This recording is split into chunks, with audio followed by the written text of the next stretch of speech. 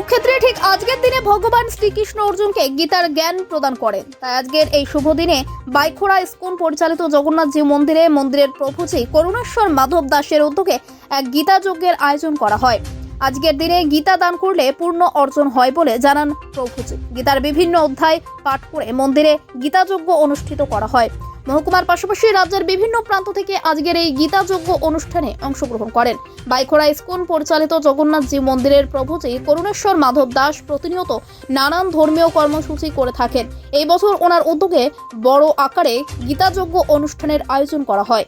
আজকের এই গীতা যজ্ঞ অনুষ্ঠানের গুরুত্ব সম্পর্কে সংবাদ মাধ্যমের সামনে জানান প্রভু করুণেশ্বর মাধব দাস। প্রভু জানান, বাড়িতে শালু কাপড় বেরিয়ে গীতাকে রেখে দিলে চলবে না, গীতা পড়তে হবে।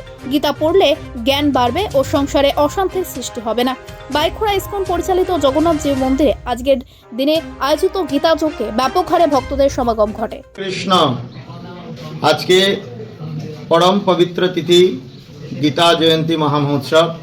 তো সর্বপ্রথমে আমি আপনাদের চ্যানেলকে, আপনারা দয়া করে এসেছেন, এত সুন্দর ভগবানের এই অনুষ্ঠান গীতা জয়ন্তী সবার কাছে প্রচার করুন। আপনাদের চ্যানেলকে অনেক অনেক ধন্যবাদ জানাই এবং যারা যারা দেখছেন সমস্ত বিশ্ববাসী, ত্রিপুরাবাসী, যে যেখানে যে অবস্থায় আছেন সমস্ত সনাতনী হিন্দু ভাইদের আমি গীতা জয়ন্তীর অনেক অনেক শুভেচ্ছা জানাই। আজকের সেই পরম পাবন দিন, আজকে থেকে প্রায় 5,000-5,500 বছর পূর্বে ভগবান শ্রীকৃষ্ণ গীতার জ্ঞান দিয়েছিল কুরুক্ষেত্রের রণাঙ্গনে দাঁড়িয়ে অর্জুনকে উপলক্ষ করে। শুধু ভক্তজন, আমরা সবাই জীবন যুদ্ধে নেমে পড়েছি, বেঁচে থাকার লড়াই, সুখে থাকার লড়াই। অর্জুনও সেরকম সমস্যার সম্মুখীন হয়েছিল।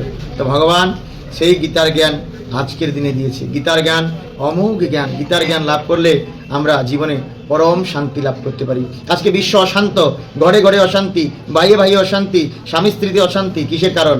আধ্যাত্মিকতা বোধ নেই, গীতার জ্ঞান নেই। গীতার আলো ঘরে ঘরে জালো। ছিল প্রভুপাদের কৃপায় সারা বিশ্বব্যাপী মানুষ উপকৃত হয়েছে এই শ্রীমদ্ ভগবদ গীতা পড়ে।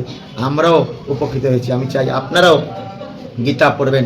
গীতা শুধু ঘরে রেখে শালু কাপড় দিয়ে পেঁচিয়ে চন্দন দিবেন এর জন্য গীতা দেয় নাই। গীতা দিয়েছে পড়ার জন্য। গীতার জ্ঞান এমন এক জ্ঞান যা সাক্ষাৎ ভগবান শ্রীকৃষ্ণ দিয়েছেন, অনাদিরাদি গোবিন্দ সর্বকারণের পরম কারণ। এই জ্ঞান কোনো স্কুল, কলেজে, মহাবিদ্যালয়, ইউনিভার্সিটিতে দেওয়া হয় না।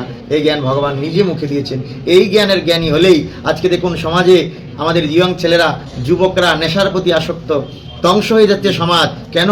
আধ্যাত্মিক বোধ নেই, মনুষ্য জীবনের মূল্য জানে না। এত সুন্দর মনুষ্য জীবন পেয়েছে, নেশা খেয়ে দুম হয়ে পড়ে থাকছে, একদিন মৃত্যুর কোলে ঢলে পড়ছে। শুধু ভক্তজন, আজ এমনিও মরবো, তো অসময়ে কেন যাব? নেশা খেয়ে জীবন কেন কাটাবো? হরিনামের নেশা করে জীবন কাটিয়ে দেবো, গীতার নেশা করে। তো আমি চাই সমস্ত যুবকরা গীতা পড়বেন এবং আজকের দিনে গীতা দান করবেন। গীতা দানে অনেক পুণ্য, গীতা পাঠে অনেক পুণ্য। বলছে দেবকীনন্দন শ্রীকৃষ্ণ গীতা পাঠে যেরকম সন্তুষ্ট হন, কোনো কিছুতে সন্তুষ্ট হন না। Bureau report, news live 24 Tripura.